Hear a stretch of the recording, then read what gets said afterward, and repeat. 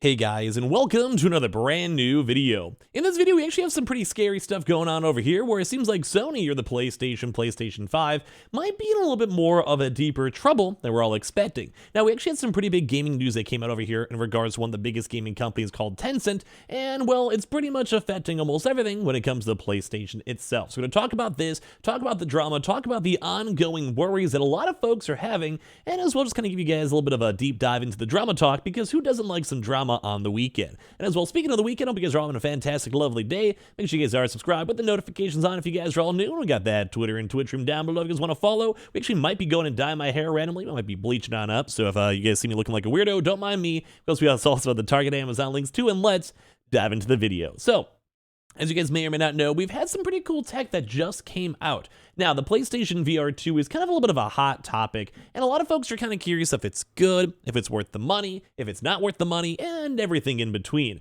But as of poor recent, we've been seeing a lot more negativity in regards to it. Now, we'd think the tech itself was really nice and good and fancy, but Sony actually might be running themselves into a little bit of an issue when it comes to what they're doing, how much money they might make, the overall consumer basis, and everything in between. So now, in case you guys have not had a chance to see this one, there's been a big rumor that happened a few weeks ago talking about the fact that Sony wanted to go and slash the PlayStation VR2 headset output after the pre-order disappointments.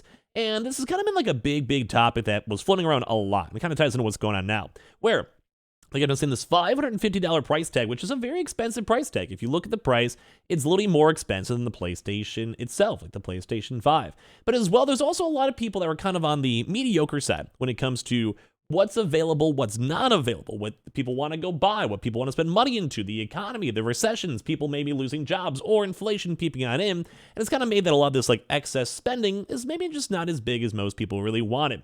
And I think a big thing to note is that the VR sector as a whole has been a little bit on the more worried side, because right now we're seeing PlayStation, which was one of the big brand names, aka Sony, still having issues trying to go and sell out their PlayStation VR, which to this day still never properly sold out. And if you go to factoring like the PlayStation 5, it was pretty much sold out even on pre-orders almost instantaneously. But a lot of folks have been really worried about this, but even now we even have more bigger news coming out over here when it comes to Tencent. Now, if you guys don't know, Tencent is one of the biggest gaming companies in the world. Like, we're not talking some small fry, we're talking billions upon billions upon billions of dollars, where they own pretty much almost all of the big major games, or at least a portion of it in some way, shape, and form. And the news actually came out as of today, where Tencent is now scrapping their plans for the their own VR hardware, as the metaverse bet is also faltering and just everything's going rough. So one kind of big thing to take away really quickly before we dive in these articles and news is that if one of the other biggest gaming companies is literally in their big boardroom meetings saying like, hey, it's probably not worth it for us to spend the time, money, or effort into making and developing up this place, like, VR, then it kind of leaves PlayStation to an awkward spot. Because we're already seeing all this really kind of big negativity where they're just not selling enough, and they may want to go and cut down the production. Because there's just a rumor, and although it's not confirmed, a lot of folks are assuming they actually moved down from 2 million units total to 1.5. Like, they basically want to cut down the production numbers because they were just thinking that they maybe were not able to go and sell them. So why would you want to make an extra 500,000 consoles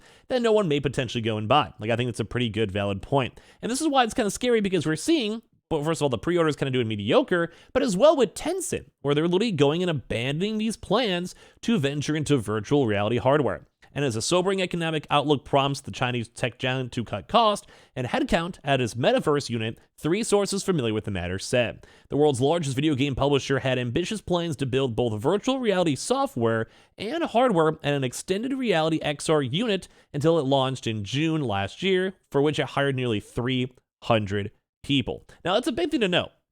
It's basically going to the line saying that there's 300 people out there who are now out of the job. There's 300 people who basically worked for a bunch of years for nothing, and that Tencent just lost a lot of money by trying to go develop all this hardware and have these specs and kind of do all this testing and all this research and development, because 300 people in a highly specialized tech field is kind of expensive, but let alone the fact that PlayStation's in that same exact boat. Now, PlayStation is slightly more different because it's more of an extension of their console, so it's, if anything, if it doesn't even sell that well, people still in the future and over time will probably go and buy it.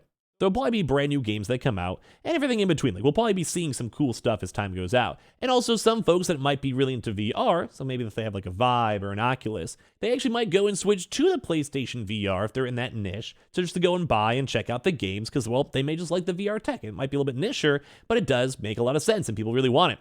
But it kind of also goes and shows that the market stability right now for these VR units might be, number one, too expensive, and number two, just maybe a little bit too niche. Like, people are going to buy them. I mean, if you guys want to, leave a comment down below and let me know if you guys did go get one. But at least based on my own YouTube channel and community, it doesn't really seem like a lot of folks are really that interested in it. Like, I've made a few videos on it, and people are just like, whatever, I guess. And when it comes to me asking my Twitch chat, not many people want it. When it comes to me asking my YouTube channel, I think I haven't really seen too many folks out there. Even on Twitter, it just didn't seem like a lot of folks were very intrigued in the VR. And I think this is a big point where sometimes Sony might be a little bit overzealous on their brand and their brand name. Where maybe they're just assuming they're Sony, they're PlayStation, and the PlayStation VR was maybe a part 2 now, and they can maybe find some good success. But if you guys have actually looked into other various numbers, things like the PSP, like the handheld PSP, literally did better than the actual PlayStation VR. And that's surprising because, number one, the tech was so old and also somewhat weird and outdated. But it kind of goes to show that maybe the niche is not as strong as most people are assuming. This actually might turn into like almost another big falter when it comes to Sony as well as time goes on. So they don't even say for Tencent had to come up with the concept for a ring-like handheld game controller, but difficulties in achieving quick profitability and the large investment needed to produce a competitive product were among factors that prompted a shift away from that strategy, two of the sources said. One of the sources said the XR project was not expected to become profitable until even 2027. That is a very long time, and it's only just expectations. It could be even worse. Imagine like a bigger long-term like recession, more micro issues throughout the world itself, or just overall production issues. Or maybe just as a bad product that flops, think something like a Google Stadia. Well, people know about it, they just don't really dive into it.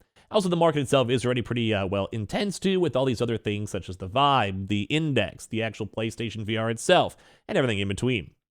The second source said the unit also had a lack of promising games and non-gaming applications. So at least on that one side, like there's a little bit of a negative talk when it comes to PlayStation, but at least PlayStation does have that win, where they do have individual studios that are already on payroll and being paid money to make the games, and they also own very popular IPs. So a good example is they literally launched with Horizon, the brand new Horizon IP. So it's not like they're going to have a big lack of games, because at least they have people making games. Like, Sony is in the business of making and selling and developing games. So it is at least one big perk to kind of save the caveat over here for the PlayStation VR2, but it does kind of seem like this VR stuff has just not been doing well.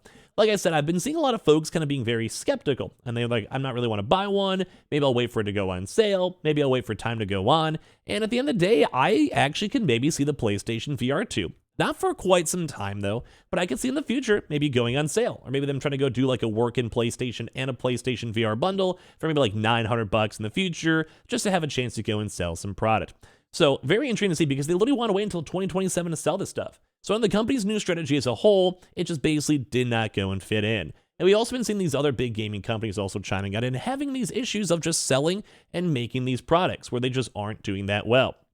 So earlier in the year, Tencent had also planned to buy gaming phone maker Black Shark, which they believed had supply chain and inventory experience that could beef up its hardware push and add 1,000 people to the unit. And Tencent makes a lot of money, they can afford that. However, it eventually walked away from that deal due to Tencent's shift in strategy. So they don't even want to have VR, they don't want to go work with phones, they don't want to work with all this production, and it kind of makes it once again scary, because this is probably one of the bigger other competitors that actually could go against, say, like the Valve or Sony. I mean, maybe it's good for Sony at the end of the day that they have less competition, but I think it just kind of goes to highlights on how scary and sketchy the VR market it could be, especially with how mediocre the pre-order sales have been going so far. This could actually be going a lot worse. So the source said that Tencent had advised most of its units to seek other opportunities, confirming a Thursday report from the Chinese tech news outlet. Tencent declined to comment on the Black Shark deal and whether Benji's scrutiny had soured the deal as well.